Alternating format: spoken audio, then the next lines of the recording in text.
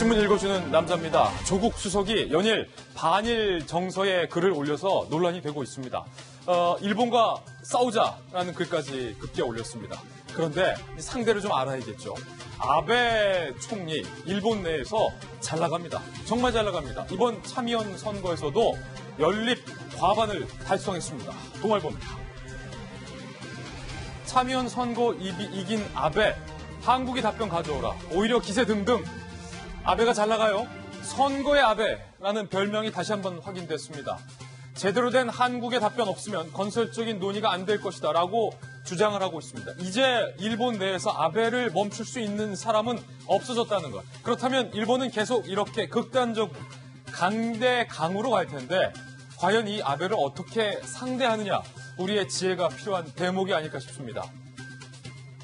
아베의 참의원 선거 소식은 잠시 후 오늘의 합부에서 상세하게 전해드리겠습니다. 다음 신문입니다. 이번엔 경향신문입니다.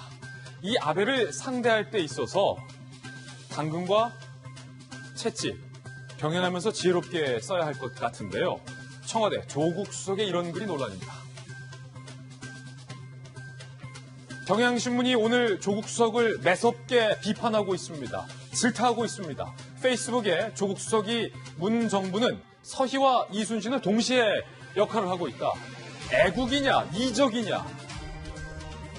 조국의 이분법적 여론전에 대해서 경향신문이 비판하고 있습니다. 급기야 일본과 싸울 때 지레 겁먹지 말고 쫄지 말자.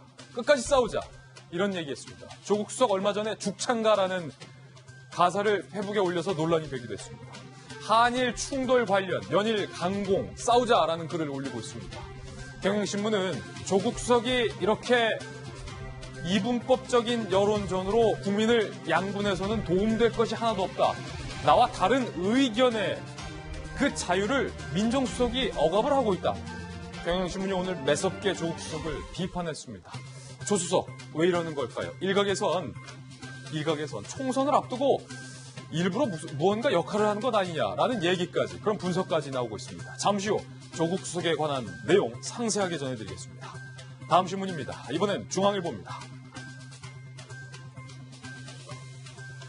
북한이 비난한 한미연합훈련 다음 달에 예정이 돼 있는데 우리 국방부가 이번 한미동맹훈련 명칭에서 한미동맹을 빼기로 해서 논란이 되고 있습니다. 군은 공식 명칭을 미국과 논의 중이다라고 밝혔습니다. 이 연습의 형태, 훈련의 형태도 논란인데요.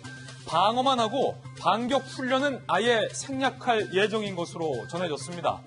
전작권 전환 기본 운용 능력 검증이기 때문이다라고 군은 밝혔지만 지금까지 해왔던 한미동맹의 연합 훈련, 굳이 한미동맹의 의미를 빼려는 이유, 역시 북한 눈치 보는 것 아니냐라는 비판이 군 내부에서 일고 있습니다.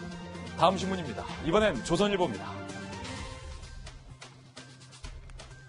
박원순 서울시장이 우리 공화당의 불법 천막에 대해서 강제 철거 방침을 재차 밝히면서 이렇게 밝힌 바 있습니다. 광화문 광장이 정치적 성격의 집회로 오염돼선 안 된다.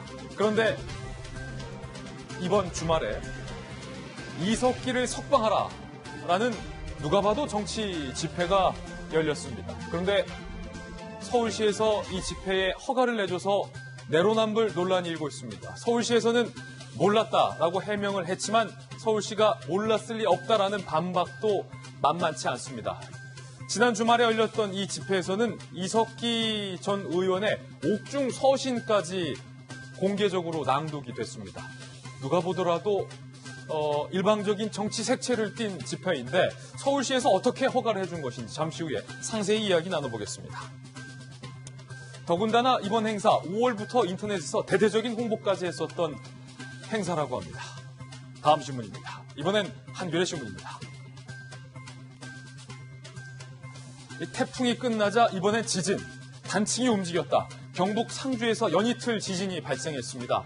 3.9 진도의 지진이었습니다. 내륙에서, 상주에서 올 들어 최대 규모의 지진입니다. 영상 확인해 보시죠. CCTV가 흔들흔들 완전 내륙이에요. 완전 내륙 경북 상주에서 연이틀 지진이 일었습니다. 이 왜 이러는 걸까요? 왜 이러는 걸까요? 전날에는 남서쪽 11km 지역에서 2.0 규모의 지진이 일기도 했습니다. 전날은 2.0, 그 다음 날은 3.9의 지진까지. 내륙 한가운데서 연이틀 지진이 난 것은 굉장히 이례적입니다. 국민들은 불안해하고 있습니다. 다음 신문입니다. 이번엔 한국일보입니다. 태풍 다나스가 소멸했지만 농경지 2,450헥타르 주택 30곳이 침수가 됐는데 뿐만 아니라 지금 부산의 한 해수욕장 해변에 이렇게 정체 모를 쓰레기가 몰려왔습니다. 이거 어디 나라에서 도대체 어디서 나온 쓰레기인지 국적 불문, 내용 불문 알 수가 없습니다. 이제 곧 피서철인데 부산 해변을 뒤덮고 있는 이 쓰레기, 태풍 다나스가 얄궂게도 우리한테 쓰레기만 주고 갔습니다. 민간 봉사자들까지 출동해서 현재 쓰레기를 치우는데 여념이 없습니다. 우리 자원봉사자 여러분들의 봉사에 다시 한번 감사의 말씀을 드리겠습니다. 지금까지 신문 읽어주는 남자였습니다.